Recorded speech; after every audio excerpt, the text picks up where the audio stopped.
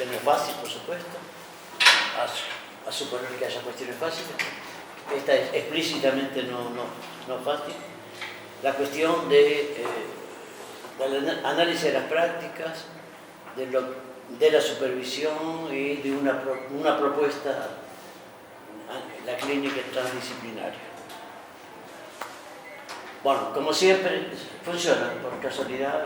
¿Arrancó? Sí, no se sabe por qué, pero no hace falta saber, funciona. Perfecto. ¿Y un piecito no hay como para que te apunte la voz? No, ahí no encaró ese problema No. delicado. Pero si está apoyado ahí se escucha, ¿no? Supongo. En primera, sí, en la platea. Bueno, vamos a ver si tenemos el tiempo. Sería bueno evocar alguna situación de terreno no para hacer análisis práctica, porque no es el lugar, no hay tiempo, pero por lo menos para hacer funcionar ciertas categorías que voy a proponer. Bueno, veremos en qué momento se puede evocar una situación. Como ven, hay cuatro puntos. Entonces, empiezo por el primero, que suele ser lo mejor. Necesidad insoslayable del análisis de las prácticas. Esta es la idea general, es decir, en los oficios, diversos oficios y especialidades de trabajo social, pero sí la psicología, el psicoanálisis y la psiquiatría. El análisis de las prácticas, por razones que vienen ahora, el análisis de las prácticas me parece es la condición de funcionamiento, condición objetiva y subjetiva para poder ejercer ese oficio sin pagar demasiado subjetivamente y objetivamente. Eso sería la idea la más general, pero que no es inocente, porque muchos colegas creen que lo que importa es ocuparse de la gente que tiene problemas, que tiene dificultades. Eso también, pero yo diría para dar una metáfora, es algo así como 60% del oficio. Y el resto del 40% es el análisis de la práctica y el estudio. ¿Por qué? A causa de mi punto 12 y mi punto 13, después pasó al 11. Primero porque es un oficio el vuestro, diría lo mismo les digo lo mismo a los psicólogos y psicoanalistas, que tampoco lo comprenden siempre. Bueno, es un oficio insalubre, es decir, no puede haber no puede ser de algún contagio con las penas y las dificultades de la gente, a menos de tener una relación sumamente administrativa con el trabajo. Cuando en la jornada se trabaja, las situaciones de un modo u otro continúan a trabajarte en tu casa, en el colectivo, en tu casa, donde quieras. Quiero decir, es un resguardo, es una protección, permite saber un poco por qué hago así, por qué no evita la cual cosa, por qué hay situaciones que me apetecen, por qué hay situaciones que detesto y que evito, y por qué razones subjetivas pero también objetivas hay situaciones que no comprendo, hay relaciones entre la gente que no comprendo. ¿Por qué se me escapan esto? También es una exigencia ética respecto a los usuarios, es decir, el usuario los viene a ver porque se supone que ustedes pueden no mezclar sus historias personales, conyugales o familiares, incluso políticas, pueden no mezclar todo eso con lo que le pasa a mí, Juancito Pérez, que vengo a verlos. Es decir, podríamos decir que es una exigencia ética, a no confundir con moral, después veo si hay tiempo, para discriminar esto. Los usuarios se supone, en fin, uno puede imaginar fácilmente que les hablan porque suponen que los escuchan. Pero sabemos que escuchar no es una operación mecánica o fisiológica, que no basta para lavarse las orejas. Supone ciertas disponibilidades subjetivas y objetivas. El análisis de la práctica, entonces, es una operación altamente profiláctica e higiénica que conviene, por eso depende de cada una, pero que conviene practicar con cierta asiduidad, ¿no? Por ejemplo, hay que lavarse todos los días. Yo diría del mismo de análisis de la práctica, no todos los días, pero a menudo. Bueno, esta es la introducción soft, ¿no? La introducción casi promocional.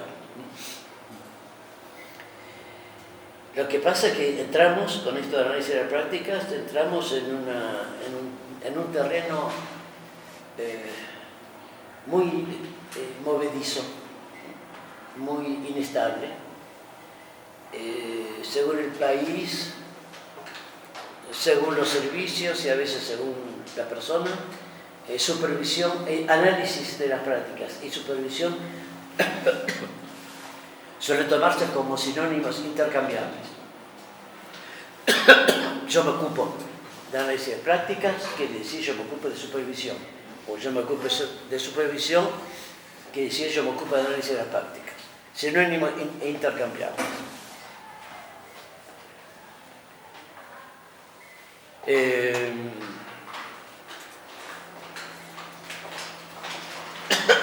Bueno, no es,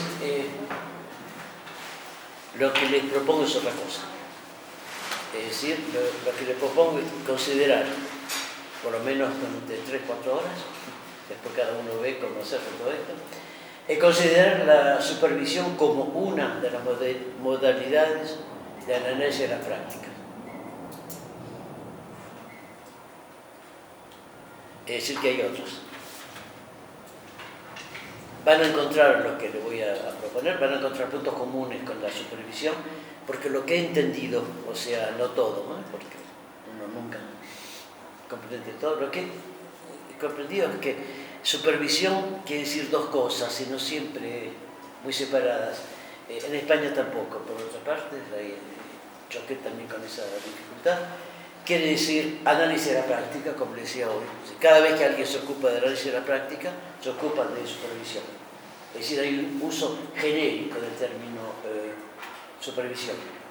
Sirve para nombrar cualquier tipo de análisis de la práctica. Cuando yo cuento mis cosas de la clínica transdisciplinaria que pretende ser otra cosa que la supervisión, en la conversación siempre aparece una frase. Es muy interesante la supervisión que tú propones.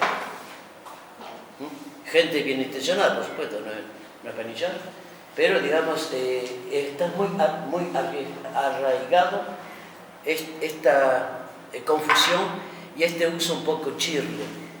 ¿Se dice? Viene de mi época, pero el diccionario no cambia mucho. Esta acepción un poco chirle de la denominación supervisión. Cuando voy a hablarles ahora de supervisión, salvo aviso contrario, voy a hablarles más bien de la supervisión en tanto que práctica particular, no la supervisión en tanto que sinónimo indiscriminado del análisis de las prácticas. Como se dice para los vinos, apelación controlada de origen, no, es un poco eso lo que voy a tratar de hacer con la supervisión. ¿Por qué la supervisión y no otras modalidades? Porque hay varias. Porque la supervisión jugó un papel histórico importante, porque pienso que es una modalidad bastante útil, porque pienso que es una modalidad bastante equívoca. Y, qué bien. Ahora faltaría el whisky. Qué bárbaro, muy bueno. Bueno, entonces es de eso que me propongo trabajar con ustedes. El análisis de las prácticas es un concepto genérico, no quise nada.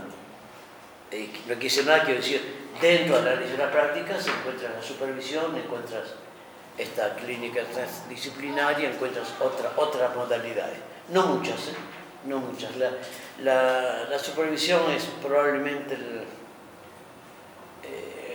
lo más cercano, lo más definido. Bueno,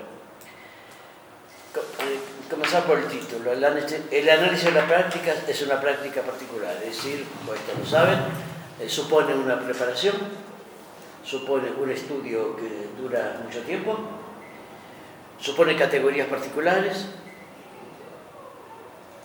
No es lo mismo que el análisis de situaciones concretas del terreno, o casos, como se dice, es una cosa, ni peor ni mejor. Es una toma de distancia, se puede decir, es una toma de distancia sobre las prácticas inmediatas.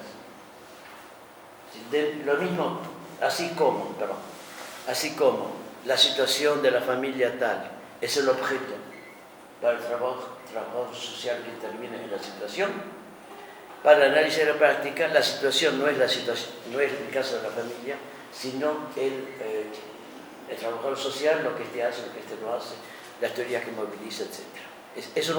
Es un discurso sobre el objeto. Mejor, es un discurso y una práctica sobre la intervención. Y no sobre las situaciones.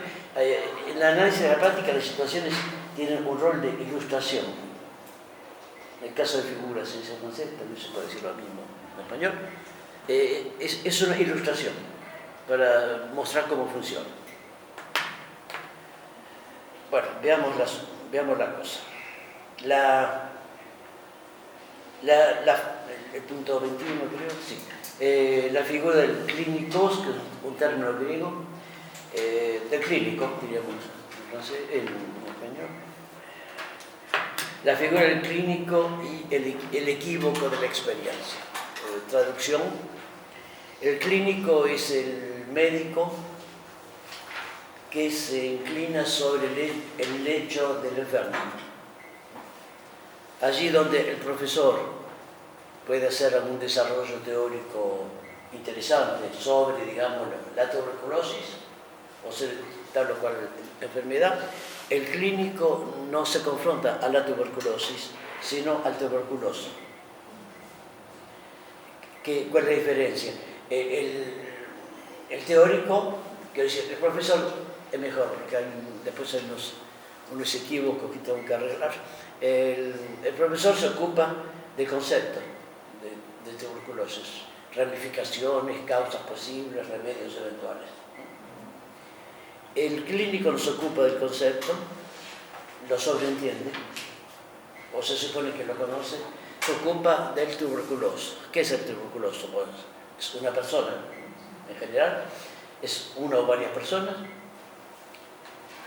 en quienes la tuberculosis se manifiesta, pero del mismo modo, perdón, porque a veces se me cruzan las traducciones y es un lío. La tuberculosis es una enfermedad pura, es horrible, pero es una enfermedad pura en tanto que concepto, que una enfermedad delimitada por tal y cual característica. Mientras que el tuberculoso, aparte o al mismo tiempo que la tuberculosis, tiene una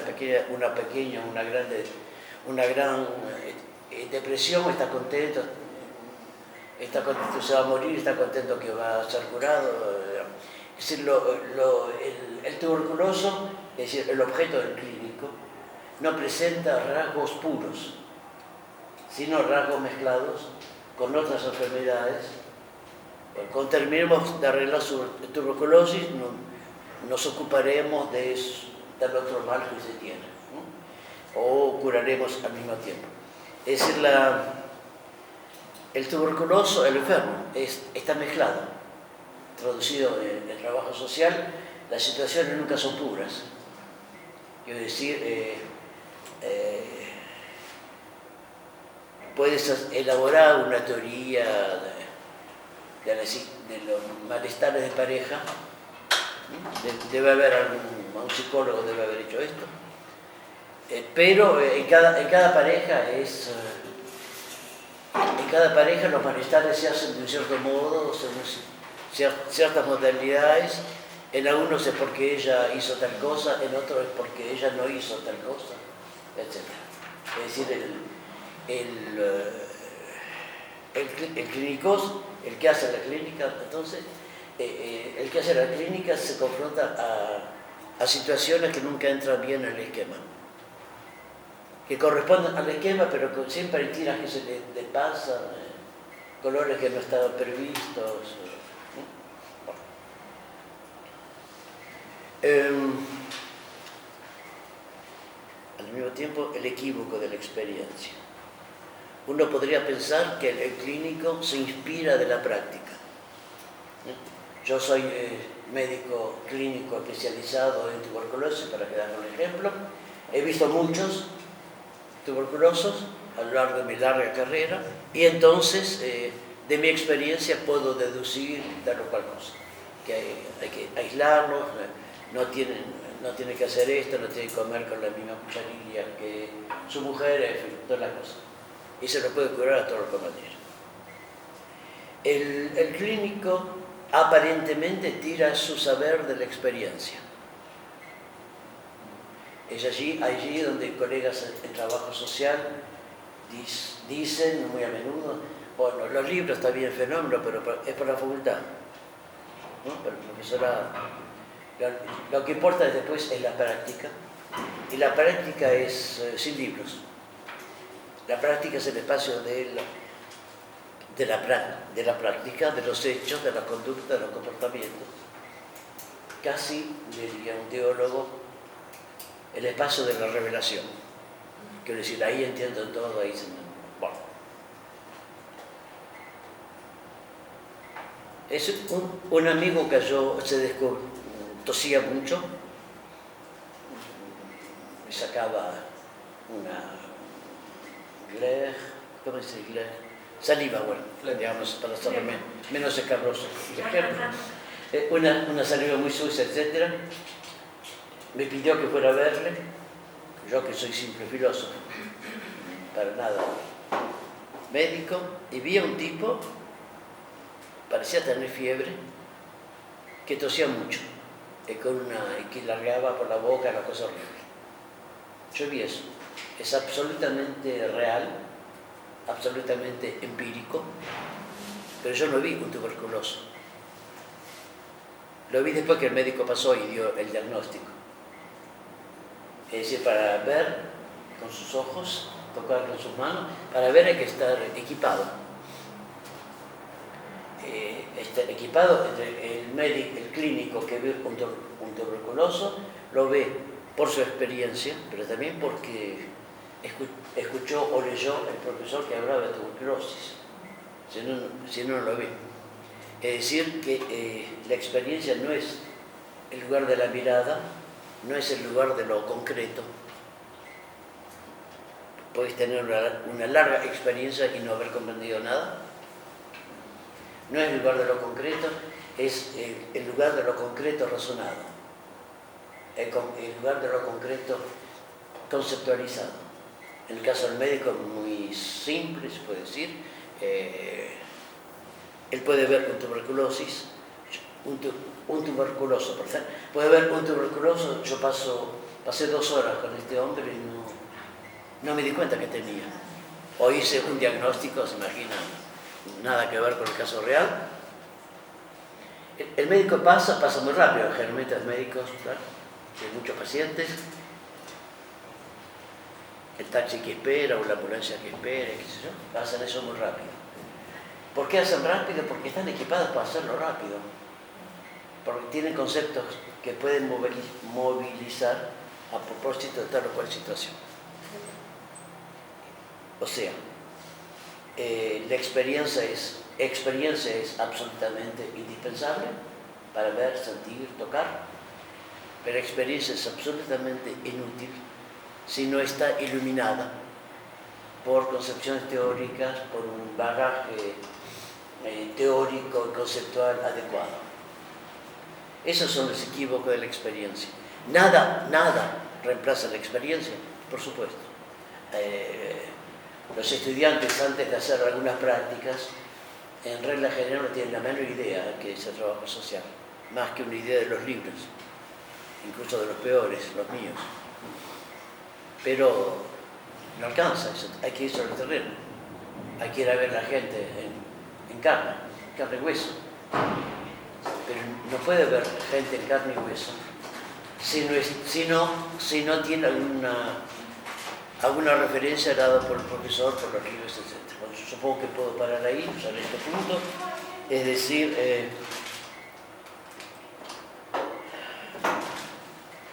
el análisis de la práctica supone ocuparse de situaciones reales de las que no te ocupas si no estás equipado para ocuparlas. Es la confusión muy habitual entre lo real y lo empírico. Lo empírico es lo que aparece. Este hombre tose, inequívoco, tose fuerte y cada vez peor, inequívoco. Eso es lo empírico, lo factual se puede decir también. No es lo real. Lo real no es que tose, lo real es que tose la tuberculosis. Lo real es lo que el diagnóstico permite ver en él. No es uno y otro. ¿Se dan cuenta? Es concreto que tose, es visible. Uno puede contentarse con eso, pero si quiere saber algo, ¿qué le pasa? ¿Qué puede tomar para mejorar? Si quiere saber algo, es mejor tener un diagnóstico. Diciendo que toses, le explicas al farmacéutico, mi marido o mi mujer tose, y bueno, ¿y qué te va a dar? Una pastillita. Después y tomarle, y el señor se murió, porque no había que darle eso. Entonces, mi práctica de terreno, mis años de trabajar con niños o con drogadictos o esto, aquello, mis años de práctica me enseñan que no es así. Tus años de práctica te indican tal o cual cosa, te enseñan si eres capaz de sacar alguna moraleja. Y para sacar moralejas hace falta un referencial teórico. O sea que no se puede ver a gente real, no se debe. No puedo saber qué te pasa si carezco de arsenal teórico, es el punto siguiente. Es decir, algunos colegas se plantean la pregunta,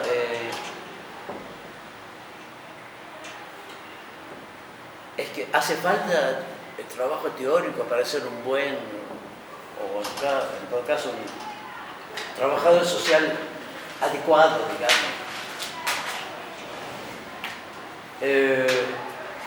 No hay elección. No se trata que debes o no estudiar. No se preocupe, es el fin del mundo, nada más. Pero recomienza más tarde. No hay grave. Basta con mojarse y ya está.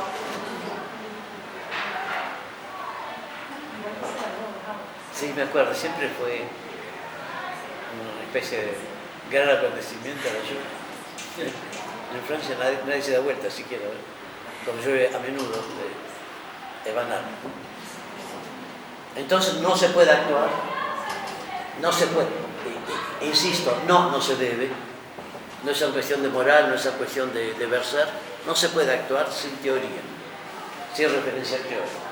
Este referencial teórico puede ser explícito, puede ser explícito.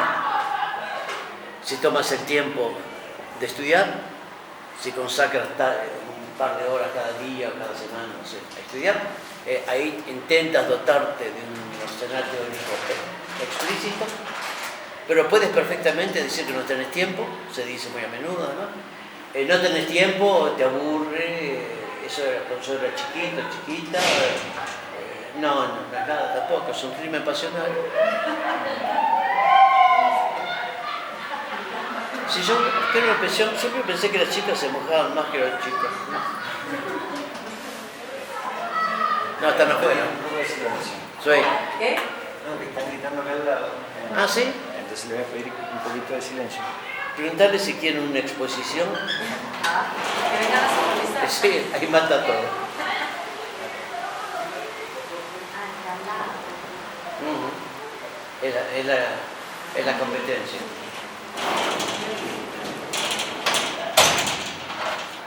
Gracias, muchachos.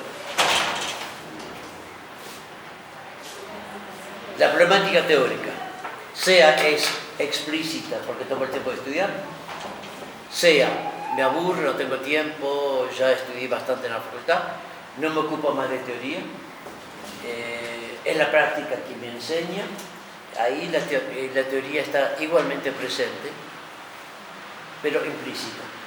Si yo no puedo decir, no leí más nada de hace años, no me ocupo de ningún artículo de hace años, pero no puedo decir de alguien que está en dificultad. No puedo decir que es una personalidad inestable o lo que quieran, sin movilizar, incluso sin saberlo, concepciones teóricas. O sea que la única elección posible es el carácter implícito o explícito de la referencia teórica. Si es explícito, puedo modificar la manera de ver. Si es implícito, en vez de pensar, soy pensado. Si es implícito, porque no me interesa, porque no lo hago, en vez de pensar la situación, soy pensado. Soy pensado, es decir, los esquemas habituales en mi oficio, en mi servicio, se reproducen sin que yo lo vea. Por eso es tan difícil cambiar de práctica. Una de las razones para cambiar, es tan difícil cambiar de práctica, es que hay que cambiar de anteojos, quiero decir, de referencias teóricas. Y bueno, no puedes decir, hoy es lunes, empiezo el régimen y cambio de doctrina, no se puede. Sí puede decirlo, pero no pasa nada. Es un largo trabajo. Yo me siento del implícito como más de consciente o de lo que ya se viene como estructurando. Empieza otra vez, por favor.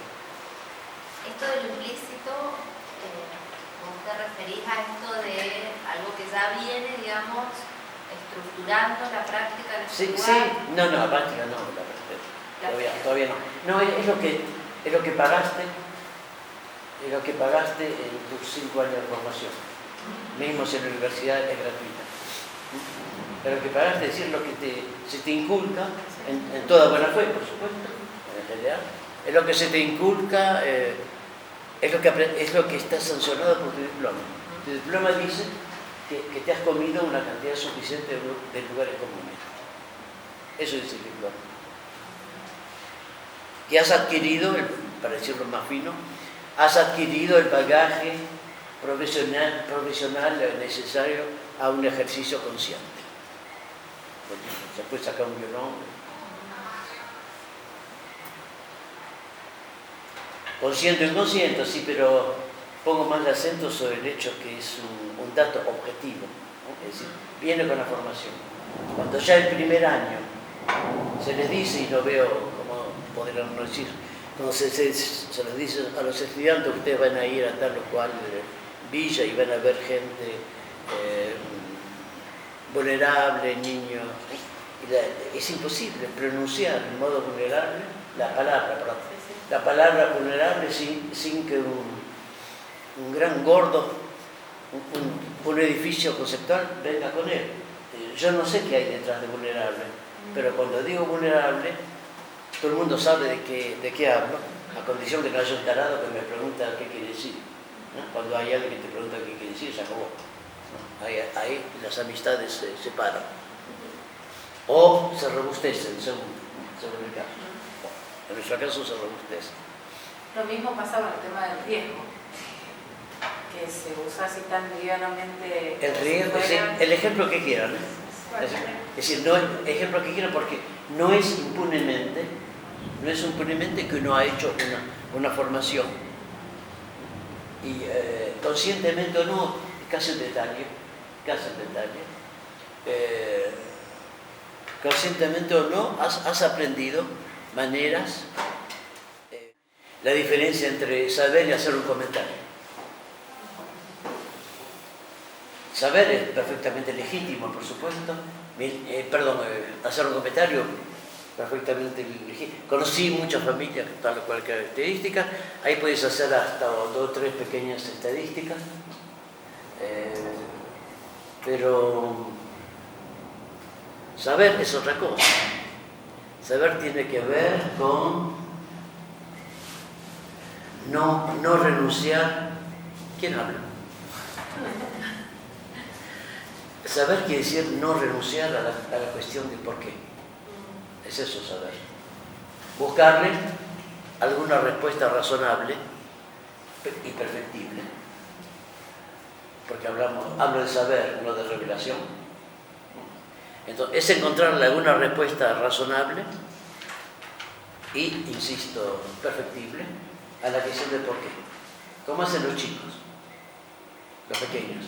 Después la escuela se encarga de calmarlos.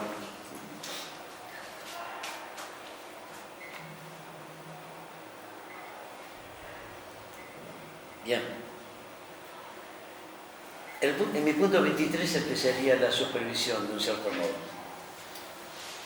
Es decir, lo que propongo muy fuerte es no confundir el análisis de las prácticas con el análisis de los prácticos. Bueno, es un hispanismo de España, ¿no? Ellos llaman práctico lo que se llamaría aquí trabajador social, de hecho, el que interviene. Digo que una de las características fuertes de la supervisión es identificar, por no decir confundir, análisis de las prácticas y análisis de los prácticos. Es decir, análisis de la tarea y análisis del que emprende la tarea. Esto es útil y terriblemente ambiguo. Es útil porque es bueno saber por qué tal situación me horripila, tal situación, yo trabajador social, por qué tal situación yo la vivo como una patata caliente, ¿no? ¿Por qué cuando puedo enviársela a un colega mejor? ¿O por qué justo ese día me tomo licencia por las dudas que esta mujer vuelva otra vez? Entonces puede ser útil saber la banalidad importante, que hay situaciones que me horripilan, que hay situaciones que me placen, que yo evito las situaciones de niños abusados, que yo busco las situaciones en que son los maridos que son golpeados, etc. Hay razones, y no, es incomprensible imaginar que un trabajo social dejaría su subjetividad en el bestiario, su pullover en el bestiario. ¿Bestiario? Vestuario, por favor. Está bien, pero aprender francés está bien. No, mucho más difícil. Mucho más difícil. Bueno, se dan cuenta, es decir, es útil saber por qué retrocedo o por qué voy a buscar, por qué buscamos cada uno lo que ustedes lo hacen, necesariamente. Yo trato a todas las personas de la misma manera, falso. Yo trato a todo el mundo bien, pero a algunos mejor aún. Eso sí. Es decir, toda la parte, digamos, por el momento, de la subjetividad. Bueno. Pero lo que pasa es que la práctica no es la relación entre personas, trabajador social y familia o niño o etc. No es solo eso. No es solo eso. No es, como se suele decir en una frase perfectamente elíptica, es un encuentro humano. Sí, claro, no hay perros, salvo en la Facultad Mendoza, ¿no? Hay algunos. Pero sí, es un encuentro humano, pero no es solamente humano. Porque el usuario no es, no importa qué persona, viene de un cierto barrio, está vestido de un cierto modo, tiene ciertos problemas. Quiere decir que con su persona vienen su familia, su grupo social, sus ideologías. En una situación de trabajo social, sigo con el caso unos minutos, o en un caso de trabajo social no hay solamente seres humanos. Es muy primitivo como idea, muy primitivo. hay también cosas, dispositivos, muebles, aparatos de Estado, alocación para esto o aquello.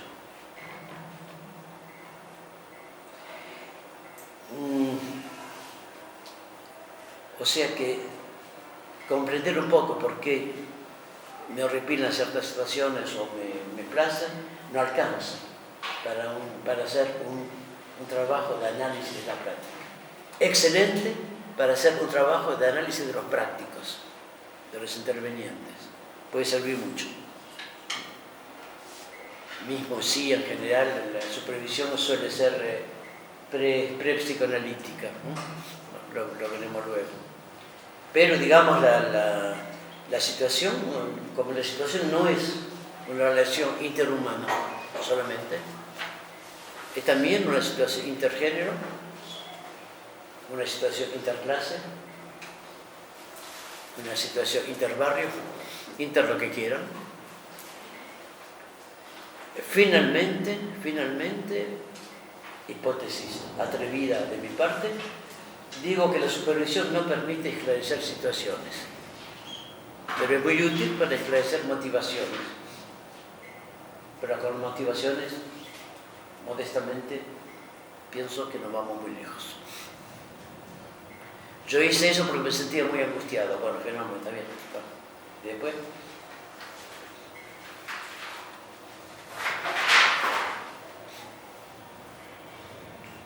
Es esta, me parece, esta confusión constante, este pasaje sin prevenir de los prácticos a las prácticas. No digo que es falso, digo que es desmesurado. Ocuparse de tu personalidad, digamos, sin ocuparte de la práctica. Y la práctica no es una consecuencia de mi personalidad. La práctica no es una consecuencia. Yo hice eso porque estaba triste. No. Que estabas triste seguro. Que pusiste tal o cual acto. Bueno, como soy buenito, digamos, sí. Pero la práctica, además, supone una cierta concepción de qué quiere decir fragilidad, hablando de... O es vulnerabilidad, como usted dice, muy bien. Tratándose de... ¿Qué es lo que yo entiendo por trabajo social? Esto no es subjetivo. ¿A qué teoría del trabajo social yo adhiero? ¿Qué es lo que se llama? ¿Qué es lo que yo llamo? ¿Qué es lo que nosotros, haciendo supervisión, si esa fuera mi síntoma, que no es, tengo otros, qué es lo que nosotros llamamos el trabajo social? ¿Entiende? Es decir, la supervisión presupone, en dos palabras para hacerla bien entender, presupone una definición de trabajo social jamás confesada. Se refiere al trabajo social, se refiere a las prácticas sociales, pero no dice jamás, lo que he leído, y juro haber leído mucho, no dice jamás qué quiere decir práctica social. ¿Qué quiere decir práctica? ¿En qué una práctica es social o deja de serlo? ¿Qué agrega o qué retira la característica social cuando se lo pone con una práctica? Uno puede contentarse de definiciones pequeñas, digamos, de definiciones de pacotilla. Decir, práctica social es la práctica de los trabajadores sociales. Hay artículos que dicen muy divertido, muy estúpido. Bueno, ¿qué hacen los trabajadores sociales? Hacen trabajo social. ¿Y qué trabajo social?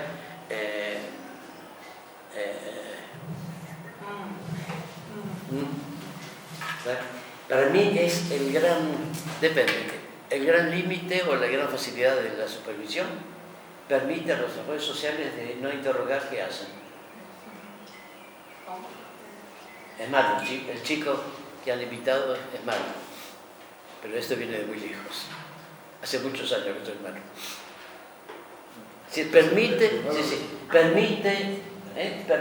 no plantearse preguntas que se suelen llamar filosóficas. Cuando uno no está muy equipado, uno llama filosofía lo que está en el aire. Un carajo, eso no es la filosofía, eso son las nubes. Es decir, cuando uno no sabe que la filosofía es el combate de la ciudad, etc. En el terreno en todo caso, puede ser en el campo también. La gran facilidad puede ser, porque es una comodidad extraordinaria. El trabajo social constante, cuando me excito con mi discurso es, todos quieren hablar al mismo tiempo, permite la supervisión, nos juntamos para discutir, ¿no?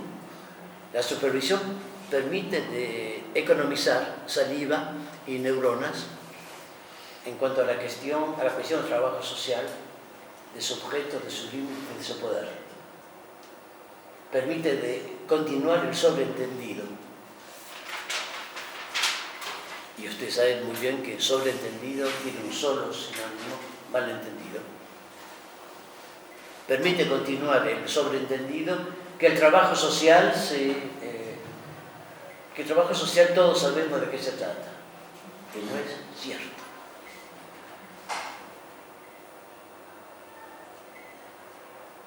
Bueno, eso les aprenderá a invitar, no importa a quién, para una tarde de lluvia. ¿Tú querías decir? ¿No? Ya. No, era que ya estaba aclarado. Es decir, no hay ninguna práctica, no puede haber práctica. Análisis de la práctica sin teoría, decía hace un rato, ahora es el momento de ver eso. No puede haber análisis de la práctica sin teoría explícita o implícita de qué es el trabajo social, para qué sirve, para qué no sirve, cuáles son sus efectos, cuál es su potencia, cuáles son sus límites. Por eso me permito decir, la supervisión tiene el encanto y el límite de dispensarte de esta pregunta. La supervisión juega como si todos supiéramos de qué se trata.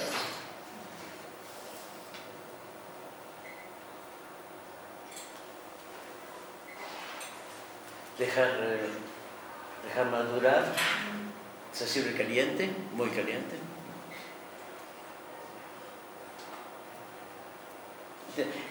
Lo importante es que estemos de acuerdo o no.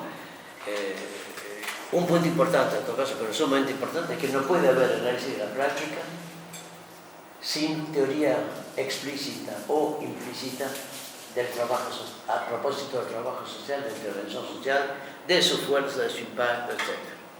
A menos que uno se contente de las penumbras, de los lugares comunes, de la no definición.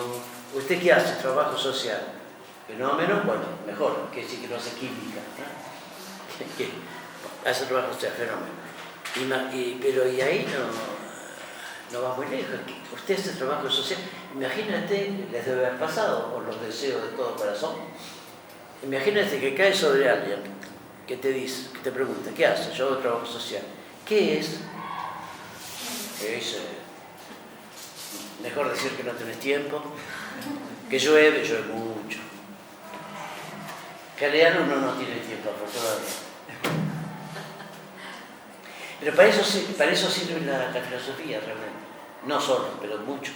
Porque sirve a plantear preguntas, te saca un poco el miedo de afrontarlas, cosa que después permite prácticas más lúcidas.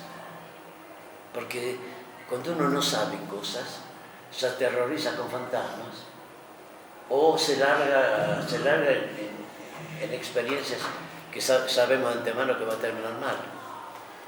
Saber es poder, ¿no? Saber es poder.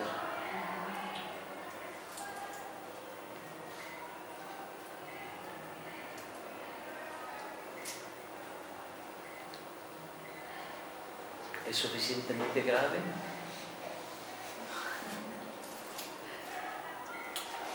Y la subjetividad, ahora.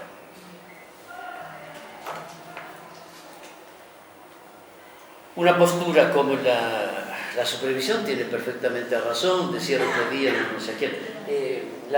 Uno de los orígenes es la hija de Freud, Anna Freud, en 1939 empezó a hacer un trabajo de supervisión escuchen la palabra, con un guión en el medio, es perfectamente justificado.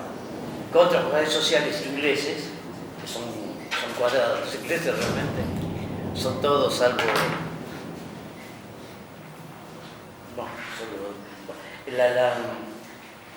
para que entendieran algo de lo que ellos ponían personalmente en la situación. Y es cierto, y es muy válido, ¿no? Muchas situaciones que aparecen trágicas son trágicas porque, entre otras cosas, el trabajo social depositó cosas de su propia historia que no quiere ver. Uno no puede no estar mezclado con la situación. Eso no es el problema. Y mi proposición, evidentemente, no es borremos toda subjetividad. Por supuesto que no. Es otra cosa. Es decir, si uno está peleado con la dimensión psíquica, es mejor no hacer este trabajo. Ustedes nadan todo el tiempo y a veces se ahogan, ¿no? Nadan todo el tiempo en medio de subjetividades tan perturbadas las unas como las otras, sin olvidar las vuestras. Por supuesto. La dimensión psíquica es incontornable. El lío comienza cuando, y la supervisión es un caso entre otros, el lío comienza cuando la dimensión psíquica es utilizada como una concepción global, es decir, como explicación última. Pasó así porque yo estaba muy angustiado porque... No, yo no quiero eso, realmente no quiero, yo prefiero otra expresión. Pero de la subjetividad se puede hacer, digamos groseramente, dos usos, dos acepciones, antes y después de Freud. No se está obligado a aceptar Freud, por supuesto. Freud la acaba en toda la compañía. No es obligado, pero es útil. Es útil. Antes y después no es cronológico, ¿eh? Hoy día estamos después, ya murieron hace mucho tiempo. Estamos después, pero muchas concepciones están antes. Me explico. En tal o cual situación alguien dice, no, yo lo siento así, no puedo decirte más, es íntimo, es personal, siempre fue así. Es algo tan profundo en mí, tan metido en mí.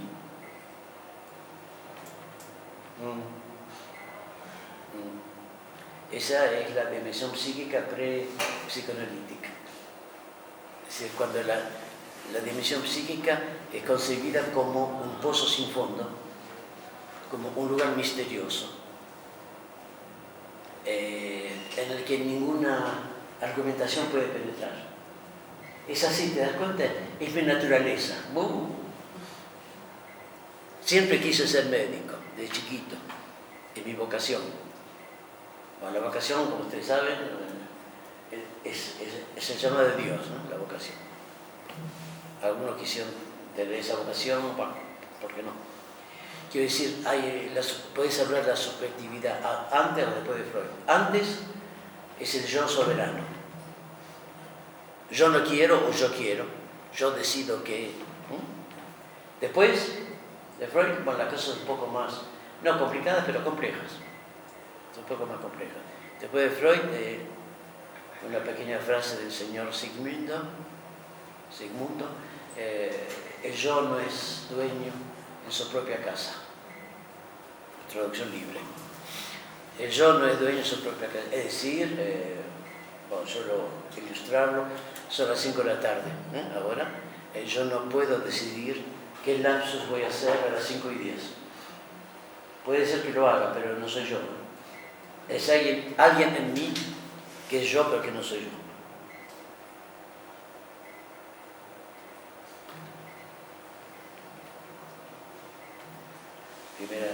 Primera digestión.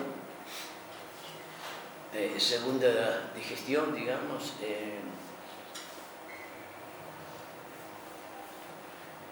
la subjetividad.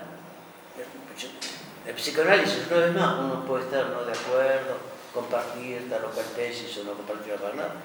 El psicoanálisis es una tentativa de saber objetivo sobre la subjetividad. Es una definición posible.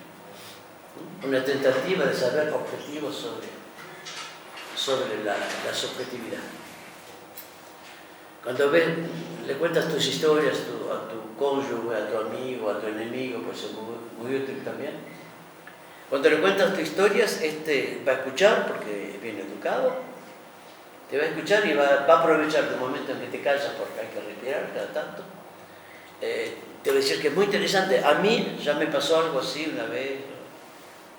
Es decir, uno le paga a un psicoanalista para que no asocie con otra cosa que conmigo mismo, para que no hable de otra cosa. Es decir, la subjetividad después. La subjetividad está regida por leyes, como la física o la química, que no son las mismas, por supuesto, sí. Que no son las mismas, pero leyes quiero decir constantes. Por, digámoslo, en epistemología llamaríamos causalidad objetiva. Solo contar un caso banal, no sé en quién lo leí, si Freud o Lacan, no sé cómo, no importa. Un chico de 20 años, ¿no? Para mí es un chico de 20 años va a ver al psicoanalista. Hace tiempo ya que lo ve, en una consulta en que le habla una vez más de su interés por las mujeres maduras y no tanto por las chicas de su edad, que bueno, nunca se sabe si están de acuerdo, si quieren o no quieren, y por la noche tienen que volver a casa de los padres, qué sé yo.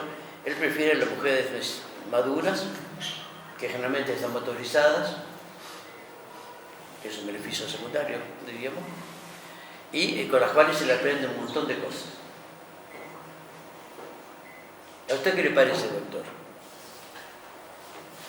El psicoanalista tiene tres posibilidades. Se le dice, tiene razón, las de 20 años son tontitas, en cuyo caso hay que cambiar de psicoanalista, porque no se lo buscaba para que dé un consejo, menos aún una opinión.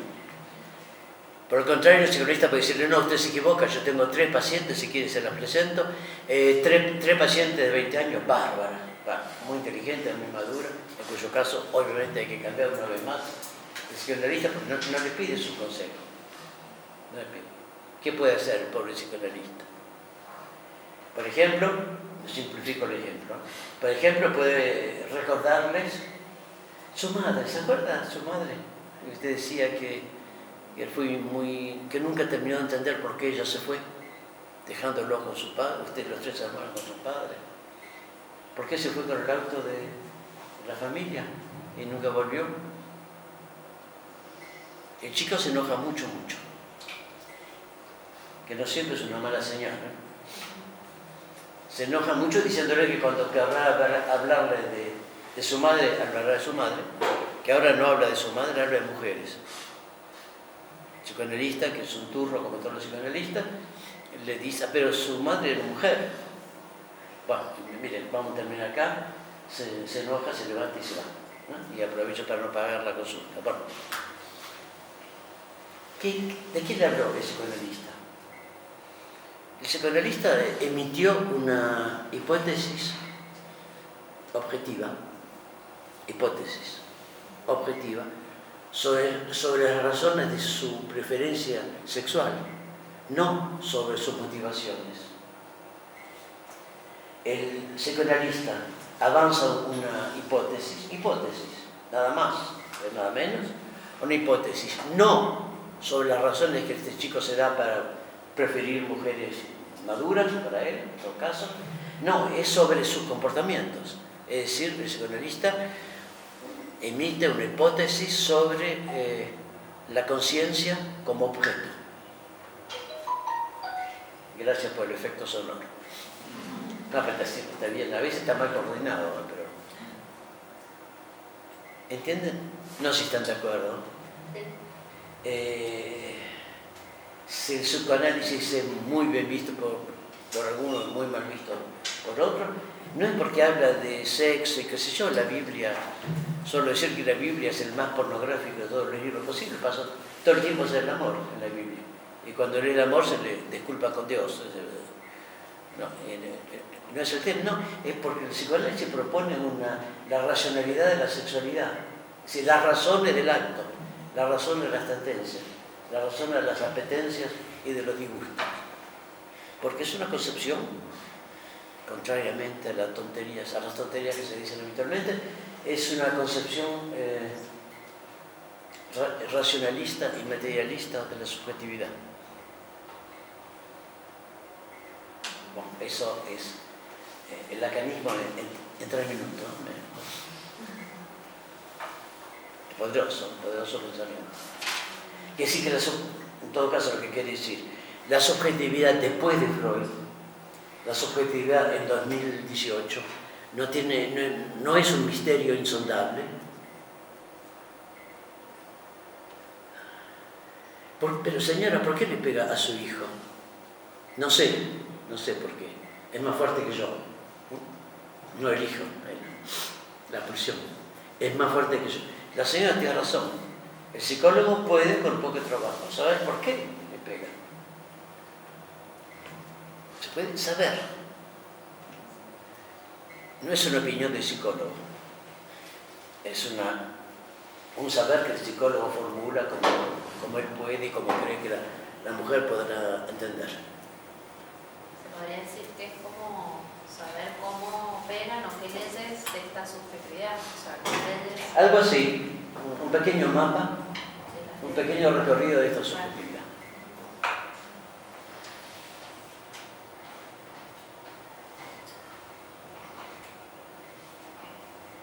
Es decir, no sé si soy claro, cuando yo digo, alguien dice, no puedo ir más lejos, es lo que me pasa a mí, es mi sentimiento. Hay que preguntarse de qué subjetividad habla. Antes, pre o post freudiana. Habla de un misterio, la religión llama eso el alma. Habla de un misterio o habla de una estructura que se puede poner a descubierto, que se puede analizar, como los átomos, como las vacas.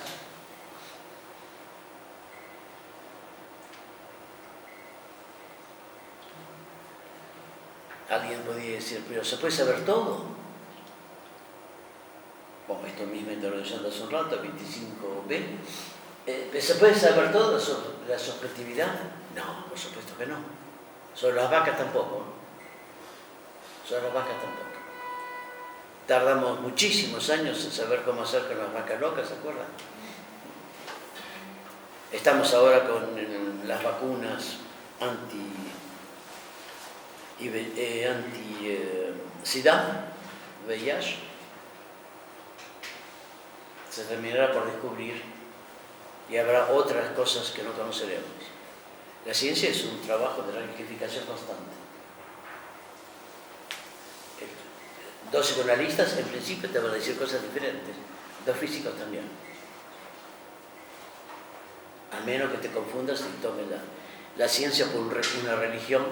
El sabio dijo, el sabio emitió una hipótesis plausible que puede ser rectificada. Entonces ven, hay un uso pre o post freudiano, lacaniano. Lo mismo con la sociología, es decir, se dice, o tal propósito, él es burgués. Y eso explica nada. Uno de los burgueses más conocidos es un señor Karl Marx, casado con una hija de una familia de aristócratas, que se había hundido un poco, pero tenía un poco todavía de dinero y de posesiones. La condición social no es anodina, pero hablamos de posición social y no de fatalidad. Todos los burgueses no piensan de la misma manera, porque todos los proletarios tampoco piensan de la misma manera. Todos los malos no están enfrente y todos los buenos no están tampoco de este lado. Eso se puede aprender. Para aprender eso hay que pasar por Althusser, ¿no? porque si no una lectura inmediata del marco. Estas son algunas de las cosas que pasan en el análisis de las prácticas, cómo navegar en este hilo tenso entre, por supuesto que es objetividad siempre. Yo soy objetivo, yo no hago juicios de valor, trato a toda la gente de la misma manera, no. Hay siempre la subjetividad de cada uno de nosotros, yo incluso, bien entendido, seguro. Pero hay también la condición social, que no es anodina. Una dificultad de los jóvenes trabajadores sociales ahí, ¿sí? Originario de clase media es entender de qué le habla el proletario. Es decir, hay diferencias culturales, que son diferencias de clases. Hay diferencias culturales que no son puro decoración. No es que en su casa no tenga calefacción, es otra cosa lo que pasa. Es decir, hay diferencias de clase que te marcan en tu manera de vestirse, en tu manera de pensar, en tu manera de sentir. Es decir, la pertenencia social no es solamente el barrio al que vives, o el oficio que haces, o el dinero que ganas. Es también la manera de pensar. Es también la manera de sentir, los olores de clase.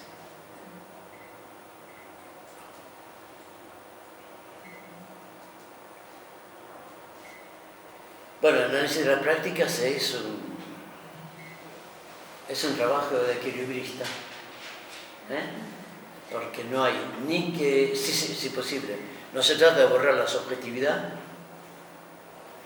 en nombre de un objetivismo sin mirada, y al mismo tiempo no se trata tampoco de escamotear, de esconder el hecho que, bueno, pertenencias sociales, hay casos muy difíciles, secundariamente porque es un caso difícil y principalmente porque yo no dispongo del arsenal teórico para analizarlo. Y eso es un dato objetivo. Estoy triste de lo mismo, estoy contento de la importancia. El asunto es que no puedo pensar en esta situación porque no he estudiado lo que había que estudiar. Suele suceder, pero bueno, como uno sabe, el análisis de práctica es mi juguete preferido. Suele suceder que, yo diría, me atrevería a decir, el 80% de las situaciones, de los casos decretados difíciles, son difíciles porque el trabajador social se olvidó de leer tal o cual cosa. Quiero decir, si tú no sabes qué quiere decir lapsus, conoces la palabra, pero no conoces el contenido, tú no escuchas lapsus, escuchas errores. Como eres moderno, no lo llamas errores, llamas lapsus, pero un carajo. No se trata de eso. Y es importante, porque el error, como usted sabe, se corrige. Es la maestra que va a decir, me escribirás 14 veces, no debo equivocarme, tal o cual cuenta. El error se corrige, el lapsus no se corrige, se interpreta. Es decir, el acto que vas a poner tiene que ver con la interpretación que puedes o no hacer, y lo que yo interpreto, en lo que yo interpreto está yo, mis angustias, mis aventuras, qué sé yo, pero está también mi arsenal teórico. Si yo no escuché, yo no entiendo. Yo no entiendo. Si yo no sé que la vulnerabilidad de los niños tiene que ver 40% con el estado de los niños y 60% con mi adhesión a la caridad, entonces uno termina creyendo que los niños son vulnerables. Lo son, pero únicamente en el contexto de la caridad, si no, no son vulnerables. Si no, son hinchas. Si no, están dotados de estrategias, como los adultos. Si no, es imposible sobrevivir con las familias que tienen.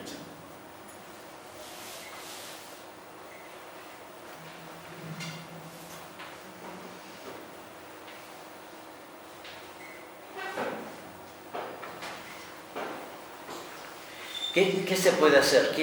¿A qué puede llegar antes de tal vez tomarse una pequeña pausa? La imposible pequeña pausa argentina. Uno puede, bueno, digamos que estamos más o menos convencidos, todavía no llegamos a la transdisciplinaria también, más o menos convencidos que hay que hacer análisis de la práctica a fin de, estoy en el punto 25, a fin de llegar a trabajar con pocos escollos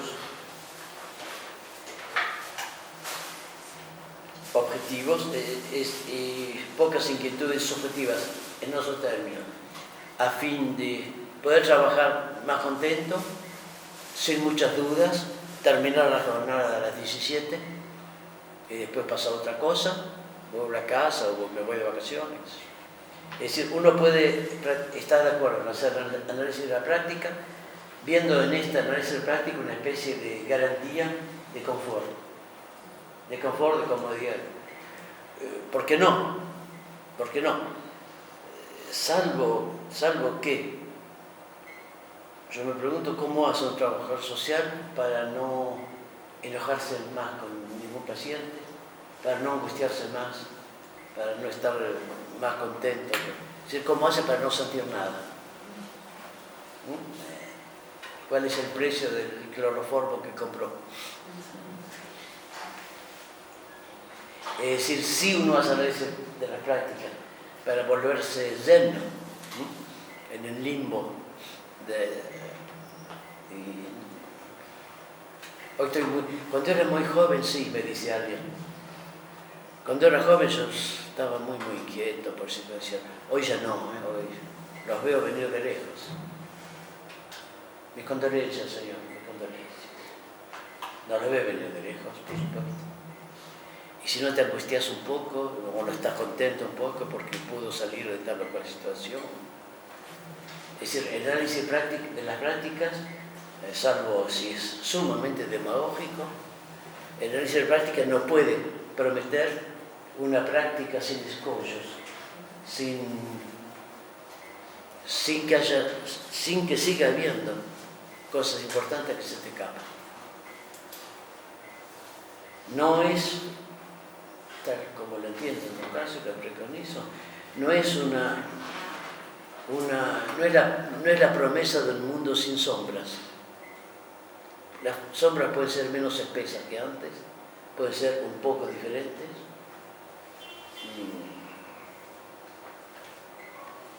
Cualquiera sean los años de trabajo, los libros geniales que has leído y todo eso, la práctica es siempre un momento de sorpresa, de asombro.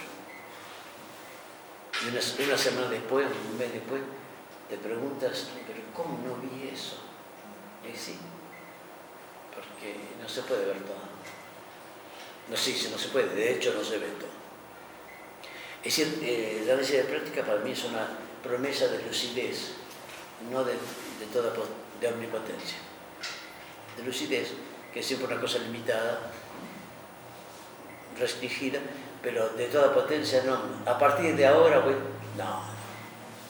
A partir de ahora seguirás haciendo tantas boludeces como antes, probablemente un poco diferentes, que eso puede dar la ilusión que uno no las hace más.